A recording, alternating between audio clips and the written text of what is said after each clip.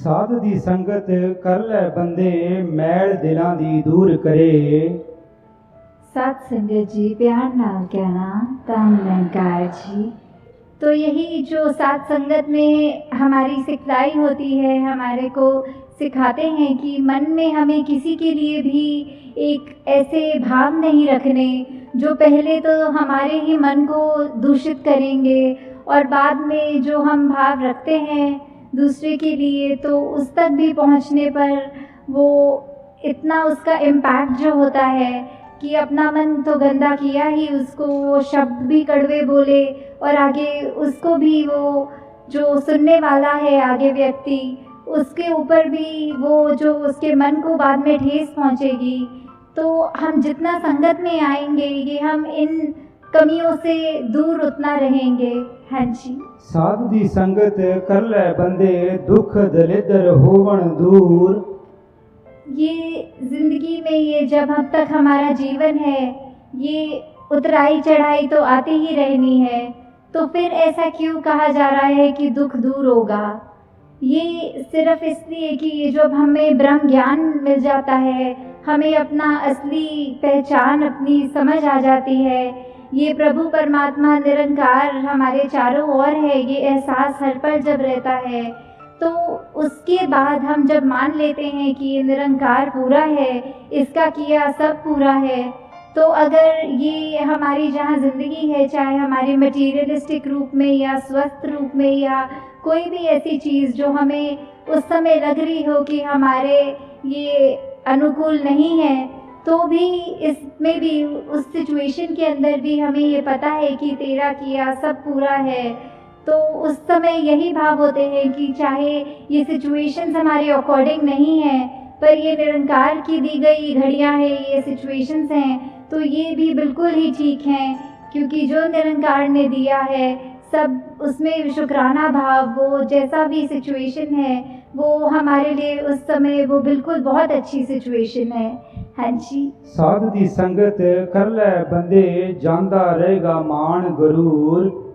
तो संगत में हम जितना आते हैं हम अपने विकारों के ऊपर काम कर सकते हैं। वो बातें ये एक तरह से जो मोती हैं इस इतने बड़े तालाब में, वो उसको चुन चुन के जिसमें एक एक मोती की वैल्यू इतनी आ रही है, तो मन से हमारे जो भी खामियां हैं वो सब दूर हो जाती हैं और सिर्फ ये अच्छे भाव ही जो ये सब संत महात्माओं के साथ जो आप सब ब्रह्म ज्ञानी यहाँ बैठे हैं, तो किस तरह वही भाव हैं जो ज़िंदगी को तब्दील कर सकते हैं, जहाँ मन में हमेशा प्यार और ऐसी अच्छी भावनाएं होनी चाहिए और बिल्कुल भी ये गुरूर और इस तरह की खामियां नहीं होनी चाहिए। तो ये सब हमें फिर सत्संग की इम्पोर्टेंस के ऊपर ही दर्शाते हुए कि ये सब भी फ़ायदे हमारे तब तक जीवन में हैं जब तक हम सच्चे मन से सत्संग आके सत्संग को सत्संग की तरह करके सिर्फ वो ना समझ कर कि आए हैं और इतने से इतने बजे तक का अनाउंसमेंट है सत्संग का, तो आए बैठे सुने चले गए, पर वो सब हमें अपनी लाइफ में इम्प्लीमेंट करना है। जब तक सुनकर उनको कर्मों में नहीं ढालेंगे, अपनी सोच को नहीं बदलेंगे, तब तक वो शब्द सिर्फ शब्द तक ही रह जाएंगे। हाँ जी। साध दी संगत कर लै बंदे अणडिठा रब पाएगा। तो जब हम ये संतों के बीच में विचरण कर रहे हैं अपना ये संगत में, तो ये हमें क्या, हर एक जो संत है ब्रह्मज्ञानी है वो परिचित है इस प्रभु परमात्मा निरंकार से, सबने रूबरू होकर आमने सामने ये परमात्मा को जहाँ देखा है, और वहाँ कहा भी जाता है कि ये परमात्मा को कोई नहीं देख सकता, पर यहाँ इतने दावे से अवतार वाणी में ये अगर अंकित है कि ये अनडिठा दिखेगा, तो उसका मतलब क्या है कि हम जब तक अपने आप को सरेंडर नहीं करते, ये हमारी जिज्ञासा कि हमारी असली पहचान, हमारा मकसद, हम क्या इस जीवन में करने आए हैं और किस से आए हैं, किस में जाना है, जब तक वो अपना नहीं समझेंगे, सिर्फ ये शरीर तक ही में सीमित हो जाते हैं कि ये शरीर ही मैं है, पर ऐसा नहीं है। जो आत्मा है ये तो शरीर से बहुत ऊंची है, ये इसी परमात्मा का अंग है जो हमारे अंदर है। तो कैसे हमें ये ब्रह्म ज्ञानियों के संग करने से ये ज्ञान की दात अपनी झोली में भी मिल सकती है। हाँ जी। साध दी संगत कर ले बंदे फलदा फुलदा जाएगा। तो ये फलदा फूलदा का भाव जो होता है कि कैसे हम खुशी हर समय की वो ले सकते हैं कि अगर कुछ ऐसा भी है जो हमारे को ठीक नहीं लग रहा, हमारा मन परेशान होने की बजाय उस घड़ियों में भी कैसे खुशी ढूंढे। तो ये सब तभी है जब हमारे मन में वो कामनेस होगी, हमारे मन में ये सिर्फ अपने आप को सेल्फ फोकस्ड रख के कि हमने सत्संग आना है, अपना सुधार करना है, दूसरों की कमियों पे उंगली नहीं, उनकी कमी नहीं देखनी, बल्कि अपने आप को देखना है।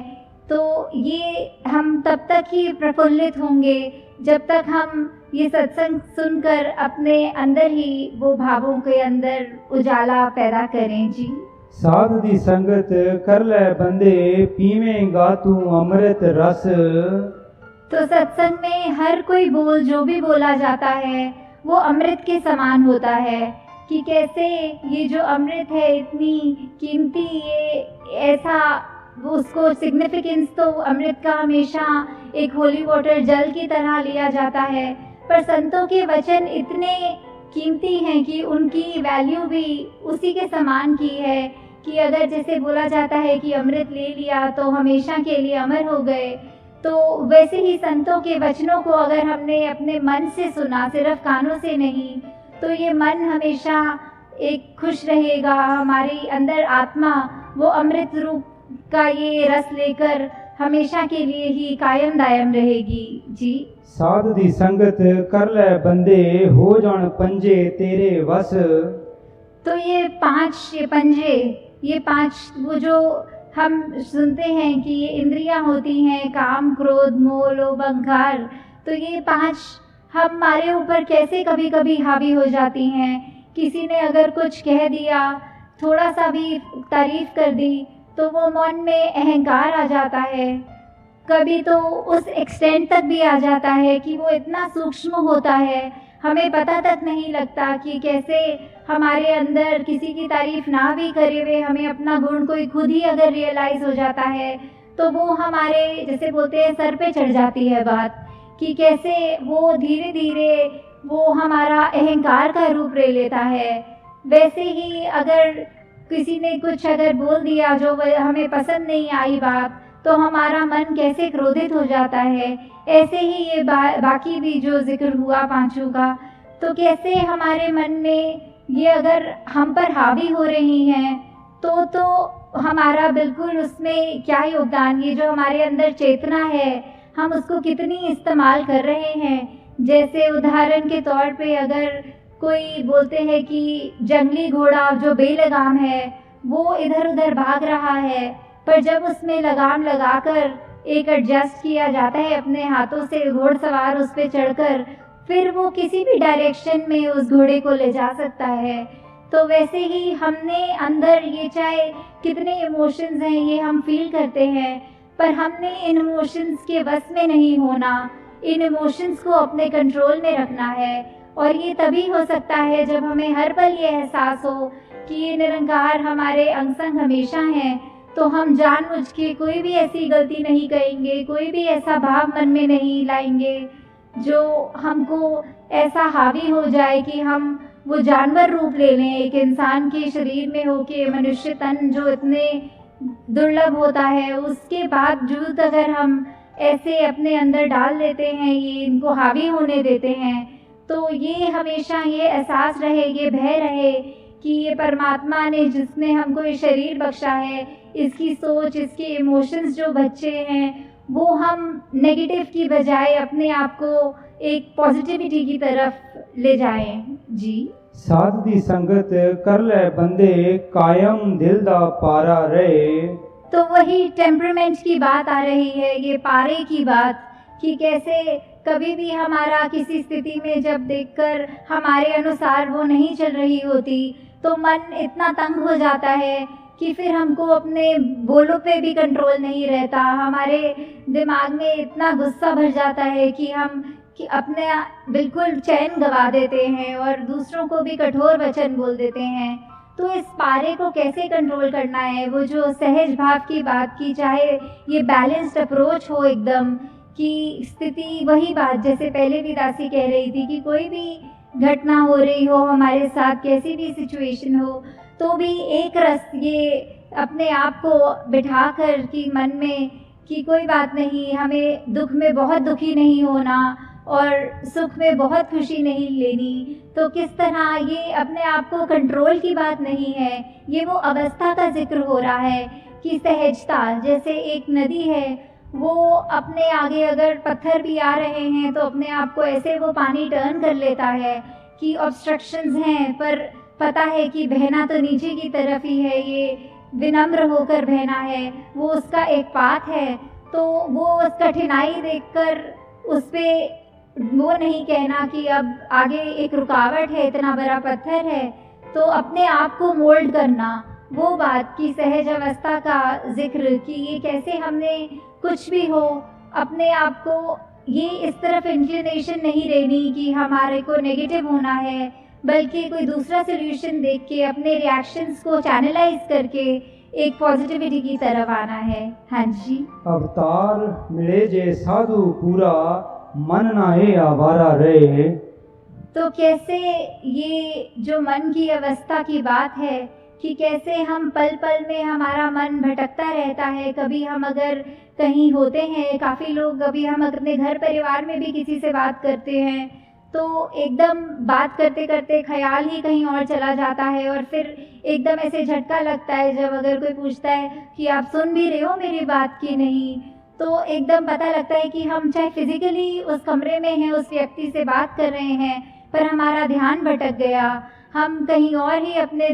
वो चले गए। तो ऐसे ही ये जो मन है ये भी किसी भी डायरेक्शन में कभी कहीं पे जब होता है तो कुछ और सोचने लगता है, कुछ और करने लगता है। ये वो चैन, ये सुकून उस समय उस मन से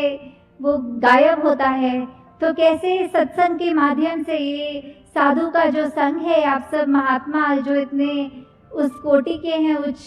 तो ये निरंकार सबके अंदर जहाँ बस रहा है, जब हम जितने ज़्यादा इंटरैक्शंस अपने जैसे बोलते हैं संगत का असर, ये संगत से हमने ग्रहण करनी है पॉजिटिविटी और वहीं से हमने अपने मन को भी काबू में रखना है, क्योंकि जब तक हम अपने मन पे काबू रख रहे हैं, अपने सोच विचार को ठीक रख रहे हैं, तभी हमारे आत्मा पे भी उसका वही इम्पैक्ट आना है। तो हमने अपने मन को उस तरह कभी आवारा नहीं होने देना और इस तरह के अपने आप को वो भाव रखने हैं कि चाहे जो भी हो हमारे साथ, हमें सिर्फ और सिर्फ ये रखकर मन में कि हमारे को अपनी असली पहचान मिल गई, हमारे अंदर जो गुण हैं, जो सदैव से इस निरंकारी मिशन की आज जहाँ 90 वर्ष भी हो गए हैं, तो वो जो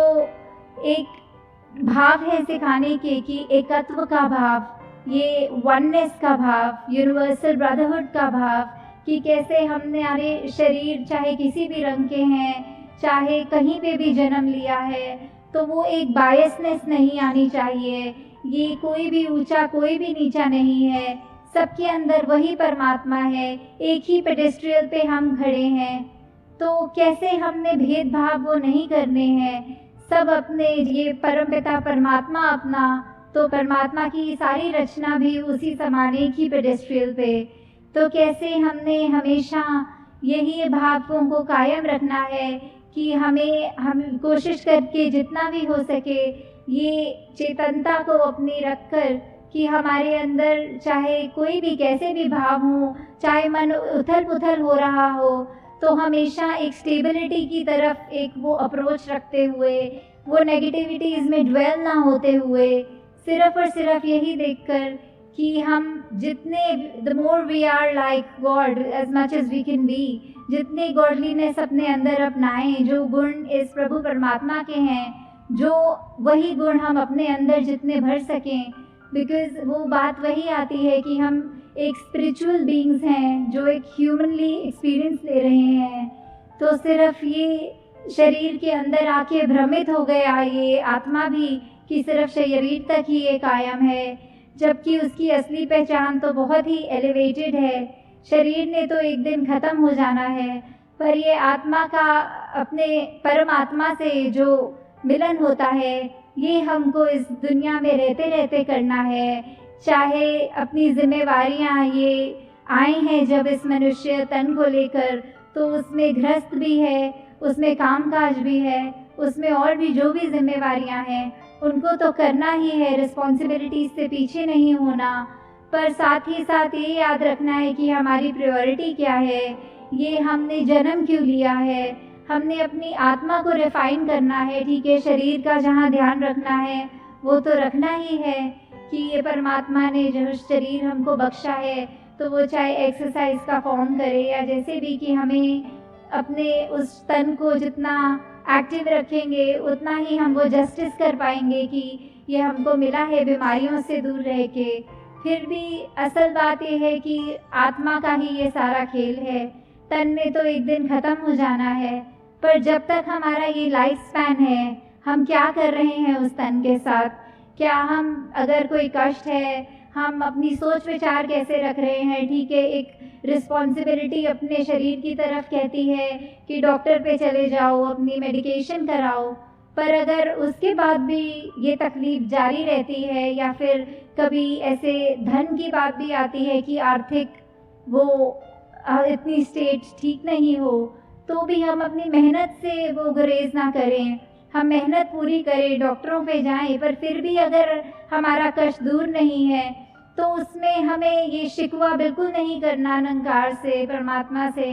कि हमको क्यों ऐसा कष्ट मिला, हमने ऐसा क्या किया। वो हमें शिकवा नहीं करना, सिर्फ शुक्राना करना है कि दातार, हो सकता है हमारी तबीयत और बिगड़ सकती थी, पर शुक्र है सिर्फ इस छोटे में ये तकलीफ़ काट रहे हो, इसी में ही शरीर का गुजारा हो रहा है। तो वही बात, अपने मन को भी उस तरह काबू रखना कि चाहे हम अपनी कोई खामी देखें भी तो अपने आप को इतना ना कोस लें कि एक वो डिप्रेस स्टेट में ले आएं कि हमारे अंदर तो बहुत कमियां हैं, पर वो अप्रोच रख के कि हाँ, अगर हमें समझ आ गया है कि हमें अपने लाइफ के कितने एस्पेक्ट्स पे कहाँ कहाँ काम करना है, तो धीरे धीरे एक एक गुण पकड़ के उसको अपनी ज़िंदगी में उतारें। तो दासी, आप सबका और ज़्यादा समय नहीं लेना चाहती कि सब दूर दूर से भी यात्रा करके आए हैं और घरों को भी जाना है, और अभी भी कितनी संगत है जो पंक्तियों में भी है, तो सत्संग का भी समय अब हो चुका है। तो दासी, आप सबसे यही एक कामना करते हुए, आशीर्वाद अपने लिए भी लेते हुए और सब संगत के लिए, कि निरंकार प्रभु परमात्मा से हमारा जो एक एहसास की बात है कि ये फीलिंग कि we are always surrounded by Nirankar, this God Almighty, whichever name we want to call it by, कि हम जिसमें भी आस्था रख रहे हों उस नाम को भी अगर लें कि वो जो शक्ति है वो हमारे साथ अंग संग है, और वो संतों ने तो युगों युगों से, चाहे कोई भी युग रहा हो, हमसे क्या चाहा है, एक इंसान होने के, एक ह्यूमन वैल्यूज़ होने के, एक इंसानी गुण हमारे अंदर होने हैं। तो हमको अपने आप पे एक ये वॉच रखनी है, ये इंट्रोस्पेक्शन करते रहना है कि क्या हम उन ह्यूमन वैल्यूज़ पे चल रहे हैं या फिर हमारा दिल और दिमाग हमें कहीं और लेके जा रहा है। तो दासी, आप सबका एंड में सिर्फ ये धन्यवाद करते हुए कि इतने इनकन्वीनियंस भी चाहे हुई होगी दूर दूर से आने में, तो भी आप सब ये समय निकाल के सत्संग को दे रहे हैं, जो उसी के साथ साथ सेवा और सुमिरन भी कर रहे हैं। तो दातार कृपा करे सभी पर कि चाहे ये जो भी तन मन धन सब परमात्मा का ही है और वो उसी काम आए, दूसरी नेगेटिव काम किसी ना आए। तो इन्हीं शब्दों से दासी आप सबसे आज्ञा लेगी। साथ संगत जी, प्यार से कहना, धन्यवाद जी।